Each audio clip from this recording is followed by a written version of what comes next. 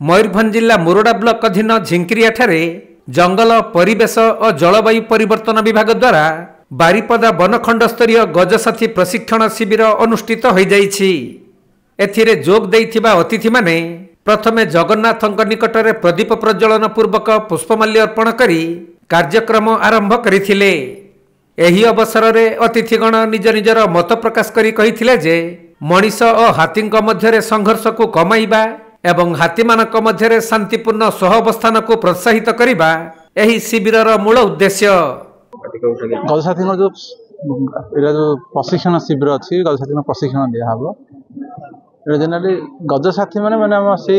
गाँ मानकर गोटे भलेंटियर जन रखाई से मैंने साधारणतः साहाय्य करते से साहाय्य हिसाब से भलेंटियर आसिक आगे आसती एक्चुअली से सबू किसी माने हाथीर सुरक्षा से अवदान बहुत किसी कारण से गाँव रोचे गाँ पाखापाखि गाँव में कौटे कौन भल मंद सब देखुं हाथी कौटे अच्छी खबर दौरान आवन जो जोड़ा मानने किए कौटे भूल भाल भूल कौटे इलेक्ट्रिक संजोग करुँगी सन्धार से आसी खबर देवे ये सब ट्रेनिंग दिया आज भी आउ कि जिन प्रशिक्षण दिहब आते रखाई मैंने भलेंटियर हिसाब से आमको साहय कर। तेबे एही कार्यक्रम रे उपस्थित थिबा गजसाथी मानक दक्षता वृद्धि निमंते तालीम प्रदान करा जाइथिला। हाथी मानक ठारू 400 मीटर दूर रे रहिबा हाथी आसिले बाण फुटाइबा बंद करिबा आदि संपर्क रे उपस्थित सरपंच और लोकप्रतिनिधि माने अवगत कराइथिले। सेपटे गजसाथी मानकु उचित पारिश्रमिक मिलु नथुवा बेले सेमानक जीवन प्रति विपद रहिबा सहित तांकर जीवन बीमा करिबाकू गजसाथीर जिला संपादक दाबी करिसंती। ये गजसाथीर गोटे काम जो काम करुछंती वास्तविक मनुष्यर धन जीवन को बचाउछंती ये वास्तविक सत्य कथा। आ गज मानकर गोटे कथा होची रास्ता नहीं तांको रास्ता होची सर्वव्यापी सर्वस्पर्शी सबु रास्ता रे सबु पथरे सबु आड़े गति करि पारिबे सेही प्रकार रास्ता रे तांको जगियो भारी असंभवर कथा हिची। जदि भी फॉरेस्ट डिपार्टमेंट गजसाथी किसी तैयारी करिसंती सृष्टि करिसंती वास्तविक हाथी मानकर मूवमेंट को मध्य आज पर्यंत ठीक भाव में आम समस्त अनुध्यान करि पारुने तांको जो धड़ा लाइट देखुची तार भी असुविधा होची किंतु सेति गजसाथी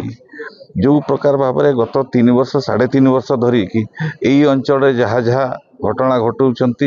जो धनजीवन रक्षा करुँच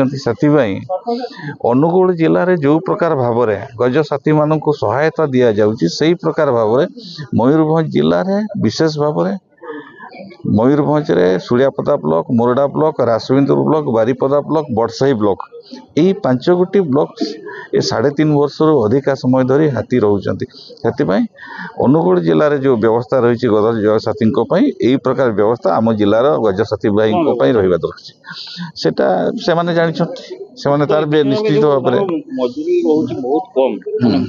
साधारण श्रमिक भी कम ताकू नहीं सरकार कौन चिंता कर जेहेतु आप सरकार सरकार ठीक अच्छे व्यवस्था कर सरकार जो प्रकार भाव में व्यवस्था करिसंती अनुगुल रे जेहेतु अनुगुल रे दीर्घ बहु वर्ष धरिकी रही एटी जेहेतु 3.5 वर्ष धरिकी एटी कंटिन्यू कले अनुगुल जहाँ जहाँ व्यवस्था रखिंट यही व्यवस्था जब ये गजसाथी रहे ताले गजसाथी मानकर परिवार उपकृत हे ए मात्र संदेह ना। विभागीय मंत्री तो आम जिलार अच्छा सहित भी आम आलोचना करवा एवं हाथी समस्या बर्तमान बहुत व्यापक है। आपण मैंने जो कथा कहते बाउंस लगेगा दुर्भाग्यर विषय हाथी समस्या सृष्टि हवा पर 10 हेक्टर 15 हेक्टर 30 हेक्टर जगह आज षोल जमी गुड़ाक चाष होना से सबू जगार भी जदि आम तार किसी चेष्टा करवा किसी फसल तैयारी करि परिबा ताले सेही अंचल में हाथी माने खाइके रही जाई परिबे घर मुआ हेनी चाष समय यहीटा को आम प्राधान्य देवा और ताकू आम आज आलोचन मु अंतर्भुक्त करी ए विषय को। मयूरभंज जिला मुरुडारू ज्ञानरंजन बेहरा रिपोर्ट कोणार्क लाइव।